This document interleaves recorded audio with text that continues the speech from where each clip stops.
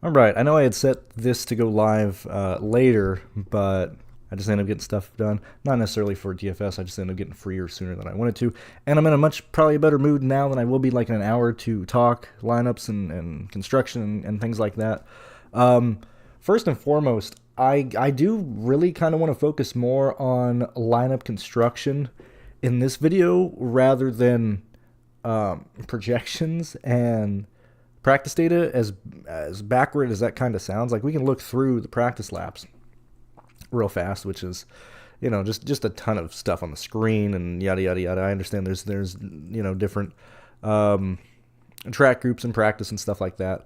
I not that it's not important, but typically in races like this, regardless of the discrepancy between Group A and Group B, this gives you a good idea of where people will most likely end up falling and everything like that. However, let's really talk about the drastically different ways to approach this race. And I'm going to be talking about them from both the GPP perspective and cash, I guess, today, because I'm in the Survivor that I need to at least advance to the next round, and then we start getting paid out and stuff. So I'd like to try and get as many lineups through that as possible. And let's really go and look at that. Where's the 15 at? Where are we at? Okay, so let's just hop on a 15. And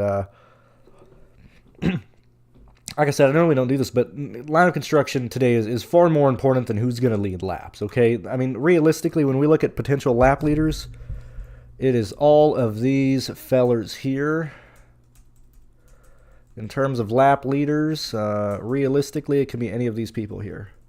Okay, so that's 1, 2, 3, 4, 5, 6, 7, 8, 9, 10. 10 guys realistically with a shot to lead this race. At some point, I would be floored if the leaders don't come from these 10 guys, okay? If that's the case, then clearly I'm just whiffing. Like when Kyle Busch takes the lead tonight, I'm just going to be wrong, okay?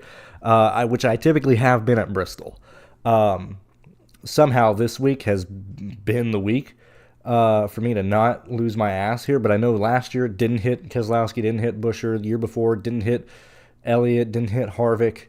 Or whatever the case may be. I know for years I've just like whiffed at this place. It's been horrible. And I know that because I've always looked at it as like, what if I was in the King of the Beach, or not King of the Beach, like the Fantasy NASCAR Championship or whatever, because it was normally decided here, it used to be decided at Homestead. Then they moved it to like earlier in the year to like at the very start of football. So it used to be this race here. And I was just like, yeah, I would have fucking lost my ass because I wouldn't have been able to build lineups that were worth anything in this event. Let me make sure my audio is going through here. Okay, I'm showing the screen. Cool.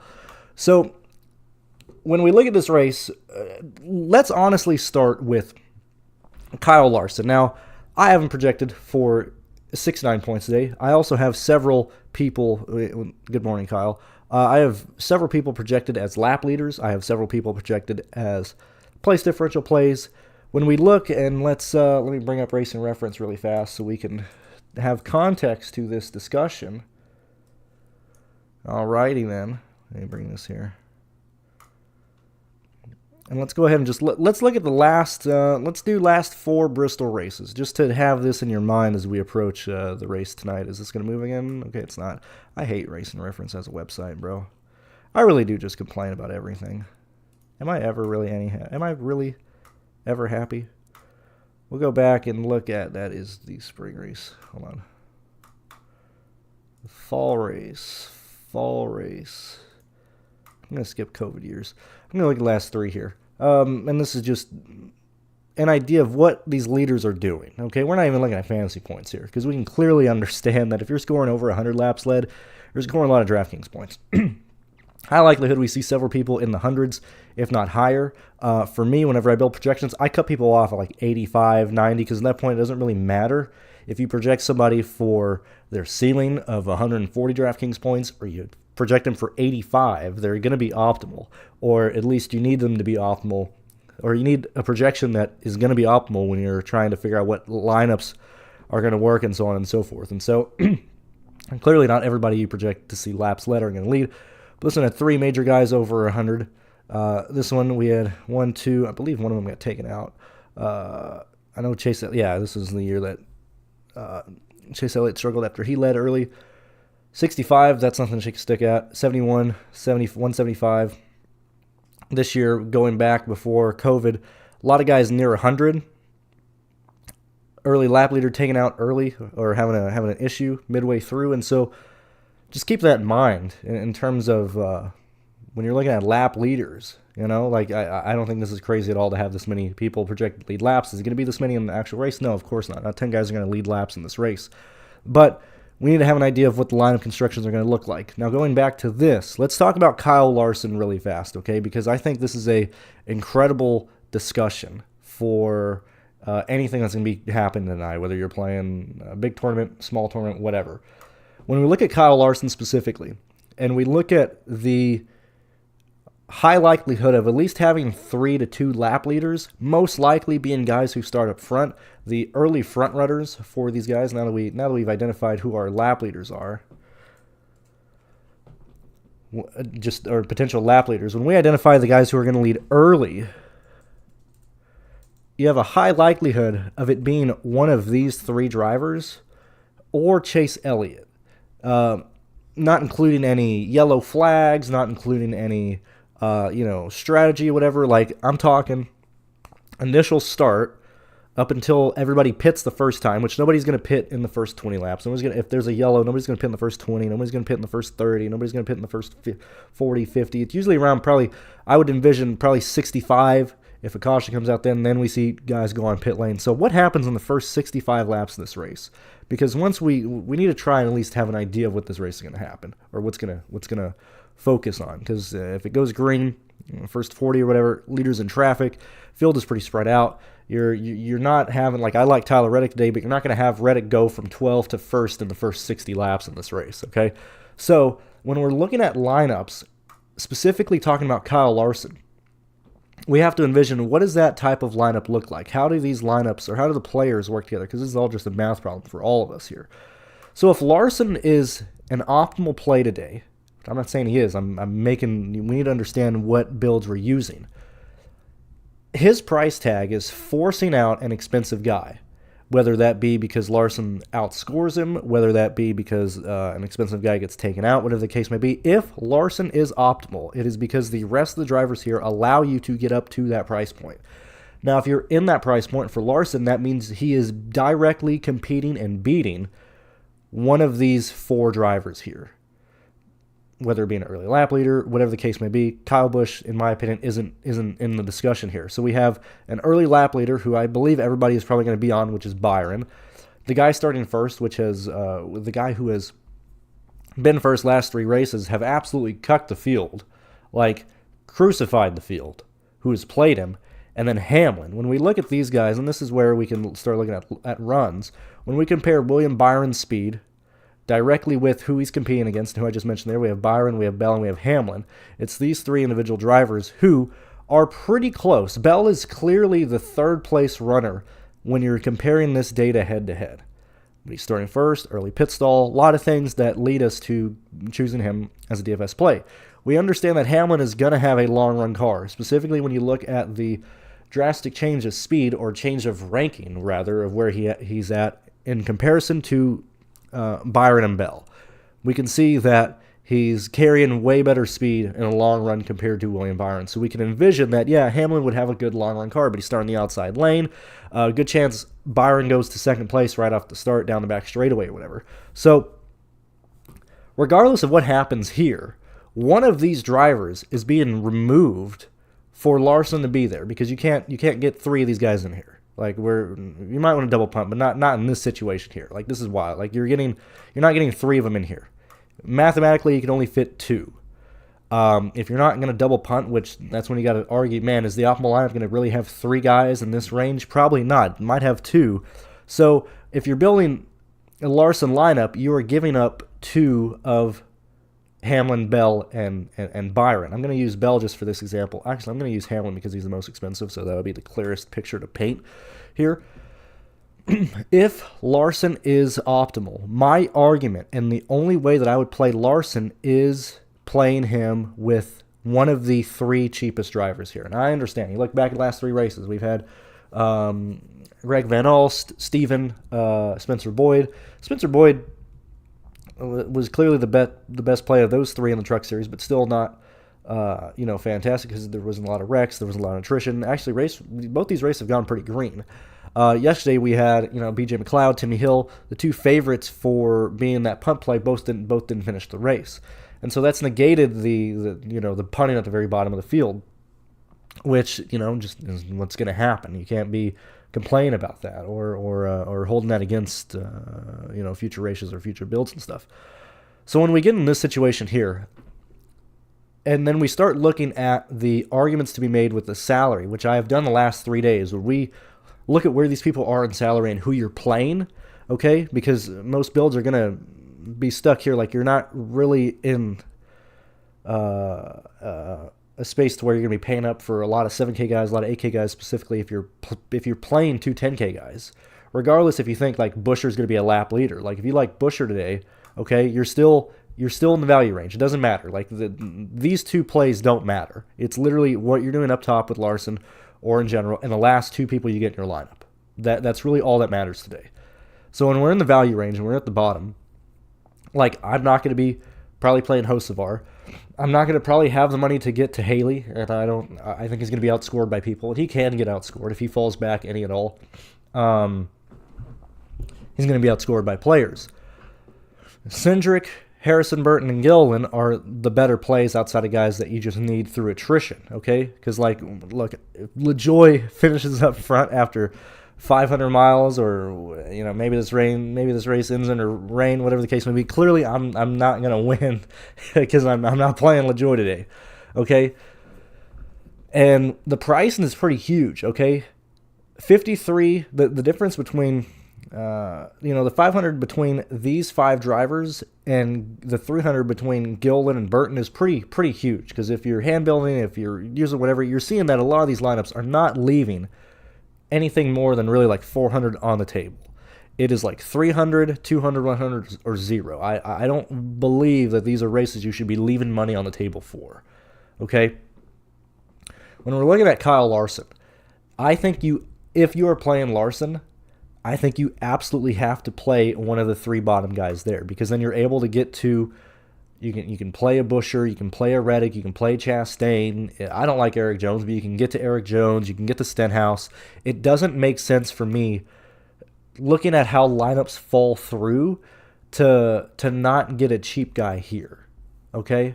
Because all guys that are able to potentially lead laps that we talked about earlier, but you add let's unclick those guys. You add Buescher to that. You have to respect Gibbs' speed. You have to look at Bubba Wallace. You have to look at Tyler Reddick specifically on these longer runs where these guys are coming into play at. Okay, Buescher starts 20th or wherever he starts, offers place differential, has a top 5 car. Okay, Bubba Wallace is the cheapest of these drivers. It has a top 6 car, has a top 7 car, going to be getting fast laps in this race.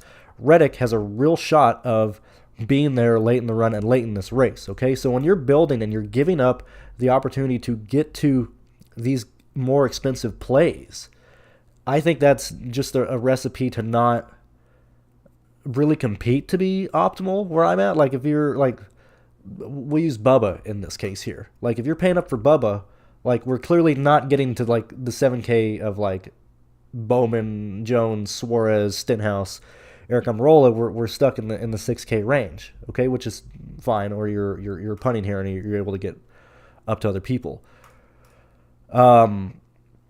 Or I just think you embrace the punts if you're going Kyle Larson because he's 11.5. Now, if you're envisioning that Larson is optimal in this race, I think that's how you build.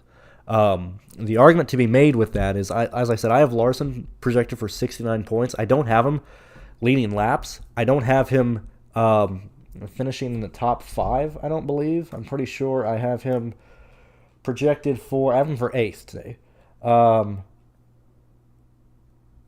There's a real chance that 69 points that he scores can realistically be the 5th, or actually could be the 6th to 3rd highest scoring driver in this race. Hell, even if he's second, depending on how close 3rd and 4th place is to his 2nd place points, like when you rank everybody by points, it might force him out, especially if it's a situation where, excuse me, where William Byron does have the best car, as like I think everybody's looking at. Man, I'm just like burping like crazy over here. And it leads to Hamlin or Bell also leading laps with, say like Buescher, Bubba Wallace, Tyler Reddick, whatever. Like, if this is the build that works, there's a real chance that Larson, let's say these are like your 3 highest scoring drivers and Larson is like the 4th highest scoring driver or whatever. Like, he's getting bumped out by the value that everybody's scoring head to head. Okay, so like I don't believe Larson is a lock. It's really a shame that he started 36, and I pretty much have to play 100% of him in the Survivor because I think everybody's gonna play him there. But in the 15, like in real contests, there's a true argument to be made that you don't need Larson. That's not even including the fact that he might go a lap down. It might be difficult to pass. Blah, blah, blah, blah, blah. Like, there's a lot of things leaning against Larson. Now, the things that push him is how long this race is. He gets lucky dog, whatever the case may be. Like I said, I have him for 8th. I don't have him, like, winning this race. I don't think he's a slam dunk play. His price makes it really difficult for him to work, especially if you have lap leaders or something that goes along this way. It doesn't even have to be Buescher. Like, we're just throwing in, just cover the numbers. We're just looking at what happens with the salary. How are you able to make builds work? I think this race has probably 2 10K guys in it, clearly. I think there's a real argument that Harvick and Buescher compete directly against each other to try and force their way into the optimal. I think there's a real chance that like Reddick and Chastain are competing directly against each other, clearly because they're priced around each other. But Reddick has lap leading upside. Chastain has, a 10th place upside. To where if Reddick doesn't get fast laps or laps led, of course Chastain's going to beat him. Of course, like it's a lot of 1v1s in this race. In that, and so when we're looking at this race, I think it's going to be a really really fun race to build lineups for. I have some of them done. I haven't finished all of them. This is actually concerning with Keselowski. Not that he's going to be a 32nd place car, 28th place car, but like I imagine we're going to have a lot of people play Keselowski here, and he might finish like 11th, which is just not going to be enough for Keselowski today. McDowell starting 1st or starting 4th. If he can maintain a running position inside the top 12, he's probably the best 6K play. But, 1, I don't know how likely that is. 2, like, real chance, a majority of, like, the 5K guys between, or not a majority, but there's a real chance that Gillen and Burton are going to be outscoring McDowell. So, like, why would you pay up for $6,000 for him? I really, really like this race a lot. I don't have a lean on who wins this race at all. I think you have to absolutely enter this. I mean, you should do this anyway. But even for me, as somebody who usually has a very tight portfolio of lineups and very high ownership on people, this is one where I'm not trying to spread out, but just build-wise, I'm going to have lineups that have no chance of cashing if my main lap leader is wrong, or if the Larson play is wrong on that lineup. I go in expecting this race. I have my 20 lineups. I expect I'm probably going to have 7 cash. Hopefully, those 7 can compete to be optimal or score well, but there's no way in hell I'm going to have even half my lineups cash, which is wild for me because I typically play pretty tight, and I could usually have most of them cash. This is one where I'm fully embracing the fact that is not going to be the case, and that's not going to happen. I think now that we've discussed that and made these arguments, like I don't think you need necessarily me to tell you who the plays are, who the projections are. I think that's pretty clear. I mean, I've kind of already gone over like the 15 guys that we're kind of all building around. It just depends on what builds are using. I'm just bringing up the Larson and punt play stuff because I had questions about that in the Discord, and that was the main argument. The other argument is like it's truly. This is truly. If you play, I'm not saying these guys equal 80 points, but let's just say realistically, like Suarez scores 40 points. Jones scores 40 points just because this is easy to determine in your head. You have these guys scoring 80 points.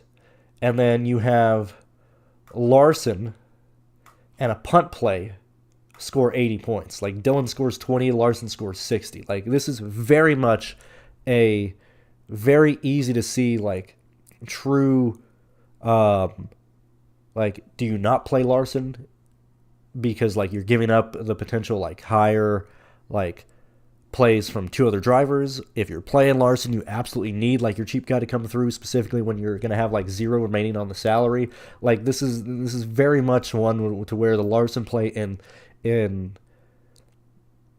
it's not even a bad play, but you have to understand what happens if Larson builds. Very similar to, and this one I don't mean to like do victory laps, and I'm not trying to do that, but I get a lot of questions of like I get DMs and stuff. Some people in the Discord, they're like, "Man, a lot of your guys, like your core play, like they got smoked. How did you compete for the contest? Like the Darlington race. I don't remember who was taken out there last weekend, but Larson, yeah, like Larson, who I was like overweight on, died.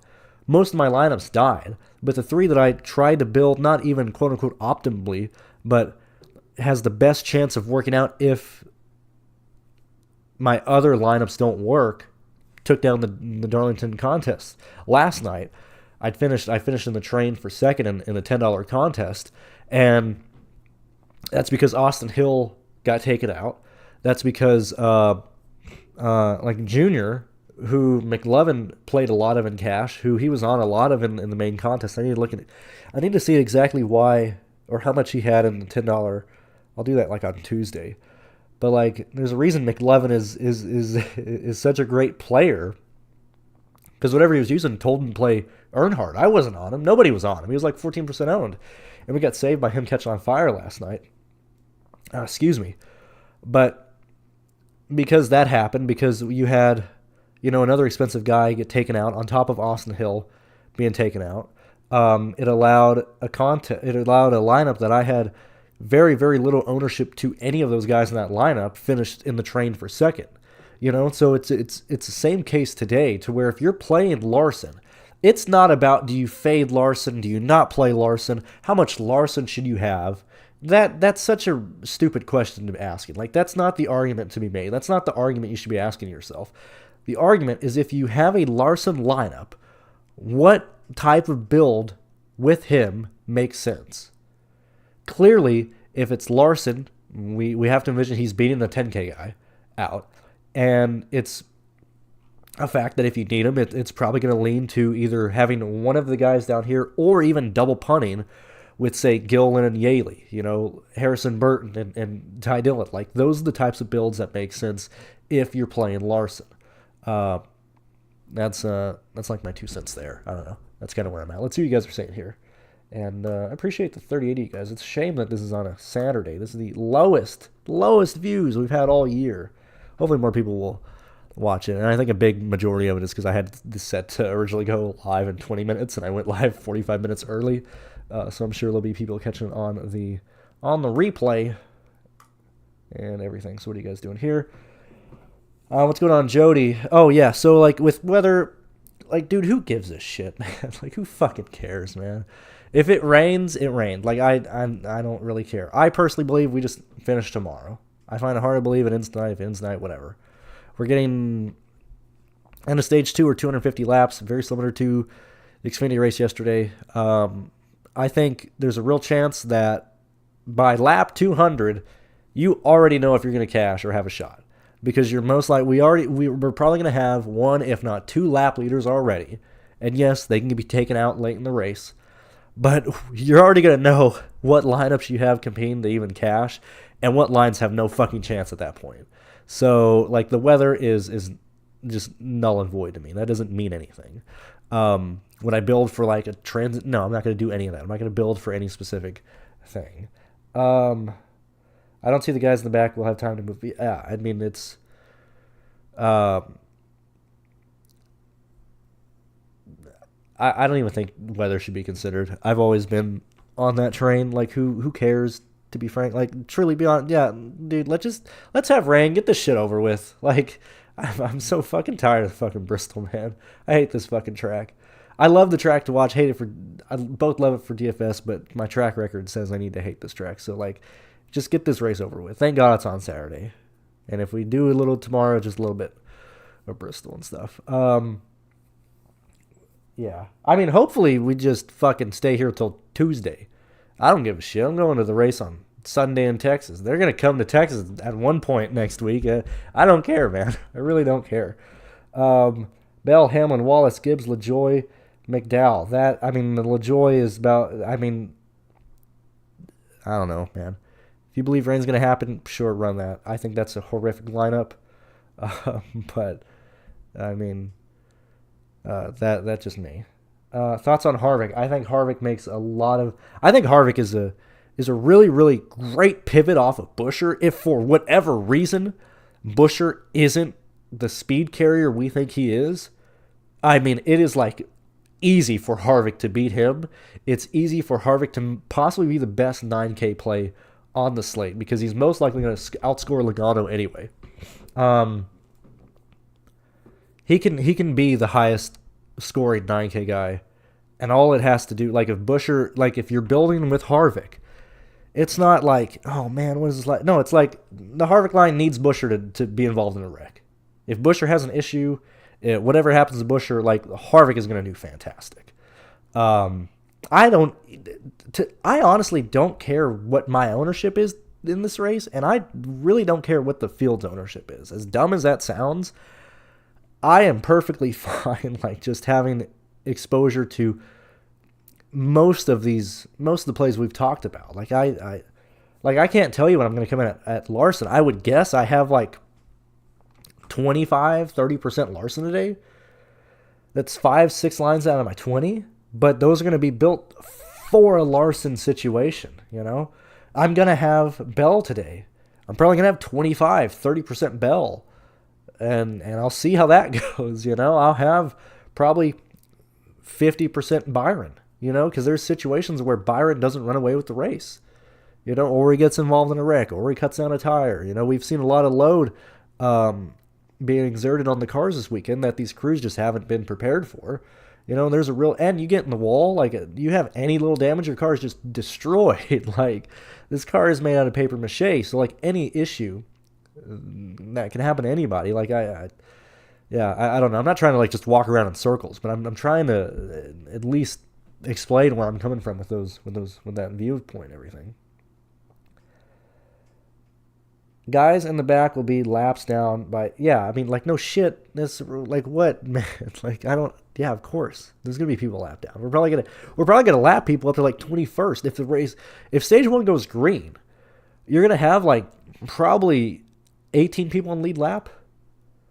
Yet again, Larson might be in that situation, but he'll probably get the lap back at some point. If we have yellows, they'll use strategy to get back up there. It's not like the Larson play isn't as simple as, he gets trapped lap down in stage 1 and that's it. Like, that'd be fantastic if you have the laps and don't have Larson. But I still see it as he's going to finish 9th or 10th today at some point. The issue comes from if he finishes, if Larson, I don't know, win might be aggressive. Say he finishes 6th, so that would be, because I have him with fast laps as well. Let me take his fast laps away. And let's give him, like, what is this around? Let's give him, like, 6th or 5th or something. That is 65 points. 65, 67, 68, somewhere around there. If he finishes there at the end of the race and he doesn't lead laps, and there's been 3 lap leaders, those lap leaders are going to be like in the hundreds in terms of DFS points. Like, it's not even, who cares? Who gives a shit if Larson goes lap down? Who cares what happens? Like, Larson needs somebody in the 10K range to run into issues, and then he also needs to finish up front, which, by the way this playoffs is going, you could very easily see that happening. So it's I don't think you should fade Larson. I don't think you should be like 50% on Larson. I think you should just have enough lineups that you're comfortable with, and I think that should probably be around 20-30% of your lineups. and build it for Larson working out, and then just build other ones that don't have Larson in it. I think that's the best way to go. Under Cindric, who's, I mean, it's, man, I don't know. I knew this LaJoie thing would come up. One, LaJoie is,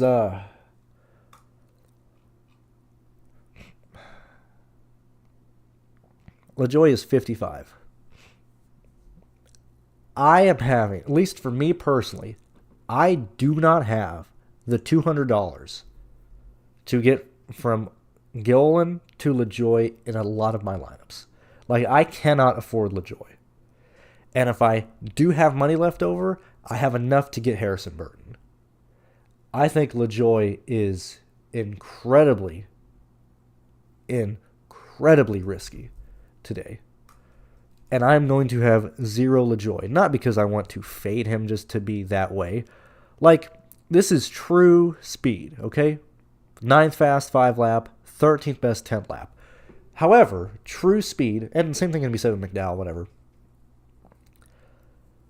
We have to try and envision where this is going to go. Same thing with with Harvick, you know? Or who didn't run, I guess everybody. Who didn't run 15? Let's look at it this way. So like Buescher, for example. We can have an idea of where this is going to go. Probably easily top 5 speed here. Probably top 5 speed because we're seeing very little fall off. You know, we can see, you know, Joey Logano 15th, 13th, 12th, probably going to be around 10th, 9th, probably 9th here. So we're seeing where he's going. This you have to pay attention to. Like, this is a pretty big, drastic fall, you know, and these laps are fast. Like, I understand, you know, basically a 10-lap run here is like a 5-lap run everywhere else. So I wish we had more people that run more laps, but like, we're probably going to see fall off for LaJoie in some form or fashion, okay?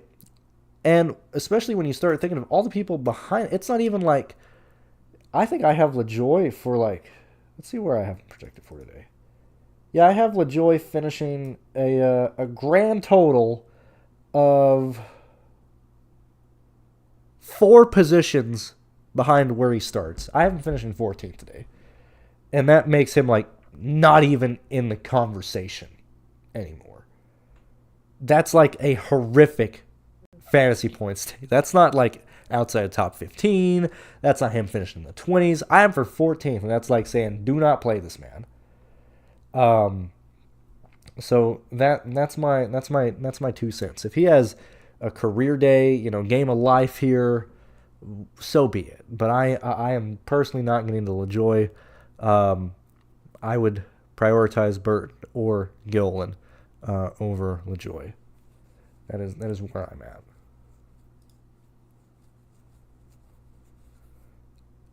Jody. So like, okay, Jody. I'm not trying to be rude. Not like, what do I come up with if Larson finishes 20th? I mean, then he's a terrible play. Like, what do you need me to tell you that? His fantasy points don't matter at that point. It doesn't matter. I mean, I feel like you've completely like not even heard any of the discussions we've talked about. We've opened in this video. Yeah, if Larson finishes 20th, that means he's not optimal. That means he's been a horrific play. That means other guys are scoring way more points than him. Like, that's come on.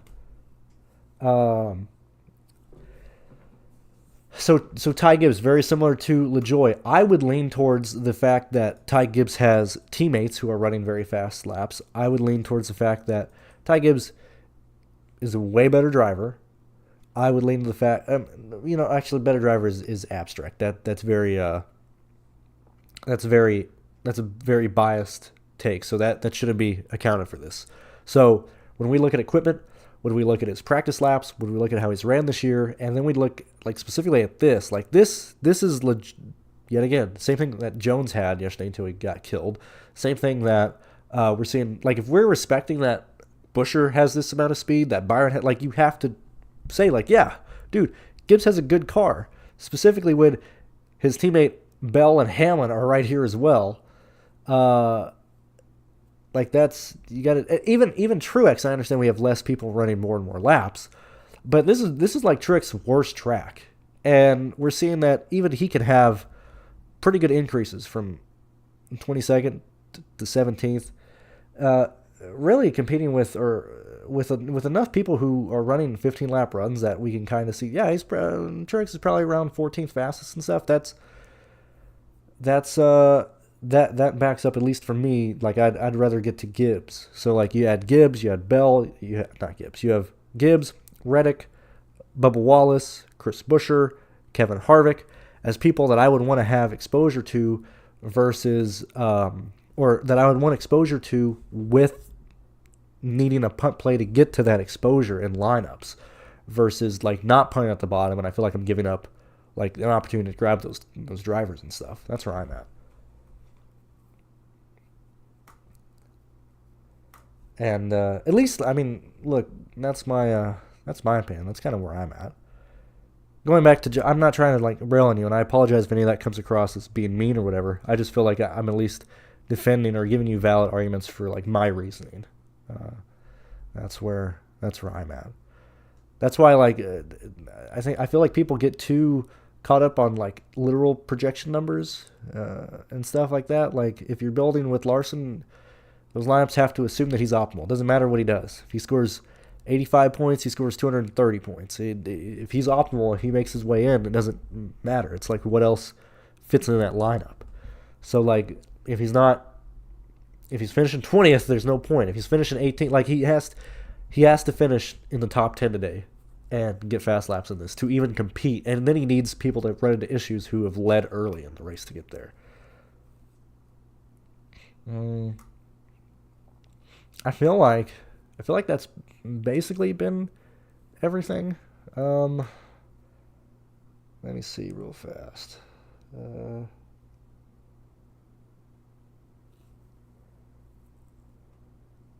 Yeah, I don't know. Like we have rain tonight. Like if that ends the race, like I don't know. Like I just play it. I'm not concerned. Like I have enough. Like as I said, if I have 25-30% Larson, well, that means I'm playing a lot of expensive guys up front, like Hamlin, Byron, Bell. So those lines are going to do well if the race ends early, or if the race goes to the end and they perform well. Like it doesn't matter. Like people building specifically for certain events, I just feel like that's a waste of time. I just feel like that's such a you're just throwing away any data that you would normally use just because there's rain in the area. I guess we got to stack the front. Like you can have a short race and still have somebody fuck it up pretty early, you know, or mess up or not perform well and stuff. At least that's where I'm at. And as I said, we don't really have a lot of people here. That's more my fault for the fade. So I don't play single entry anymore. So what I would say this. I would ask somebody, find somebody, what does Stevie have him projected for? If Larson is projected to be or near optimal from Rona Grinder standpoint, because they have a lot of pool, I would look at. I don't think I can answer that question for you, Eric, because I don't have the information to answer that. I would go and look at what other sites are saying, what they're projecting his ownership for, what they're projecting him to score, and what other shows are saying. Like this is one where I would go and listen to but no, Padel isn't even doing live shows anymore. Does anybody even talk NASCAR anymore? Is anybody out there? Yeah, so this is one where it's like you're gonna have to see what the industry is saying. And if Larson is looking popular, which I have to assume he is specifically in single entry, I think I would fade him single entry. That's my lean, but I would need to do like research into what the industry is saying to have the final say into that. But that's on me, or that's how I would answer that, Eric. And then I think that's mainly it. I think we've kind of talked about everything. Yeah, sure, we have all the practice laps, but I think at least for races like this is the better one to look at. And yeah, I think we are going to call the video here. I can't think of anything else I want to say. Can I think of anything else? I can't think of anything else. All right, cool, guys. So best of luck. If you're on the Patreon or if you're on the Discord and stuff, you can always message me there and stuff. And yeah, if you like the work that I do, if you want to support me, you can join the Patreon below. Austin Dillon is a bot. That guy, Dillon is amazing. Yeah, well, I also want to add that this is the same thing with like the Jody question with 20th. So I have to, because clearly like his median projection is going to be Larson is the highest scoring driver because laps led are fluid. Laps led and fast laps are going to be spread out from people. Doesn't matter if it's spread out between 6 people. Doesn't matter if it's 2 people, whatever. Like, time over time, Larson will be projected as the highest scoring driver on the slate because he is guaranteed place differential over anybody else. So, on paper, Larson will be the highest projected player or scorer today. Because that's his median outcome is a top 4 scorer. You compare that with like everybody else potential to lead laps, win the race, and everything. It forces Larson to be the highest projected scoring guy. That's why I open with, if you're playing Larson, it doesn't matter if you fade him or not. I know you're answering for single entry, but it doesn't matter if you want to fade him or not. You have to plan out your Larson lineups. Understand what is happening if he's there, because it is way more complicated than just, he's going to have 30 place differential and he's going to be there, you know. So I'm assuming that he's going to be pretty popular. That's why I said in the Survivor Challenge, I have to play what the field is doing. I have to just survive. I got to play Larson today,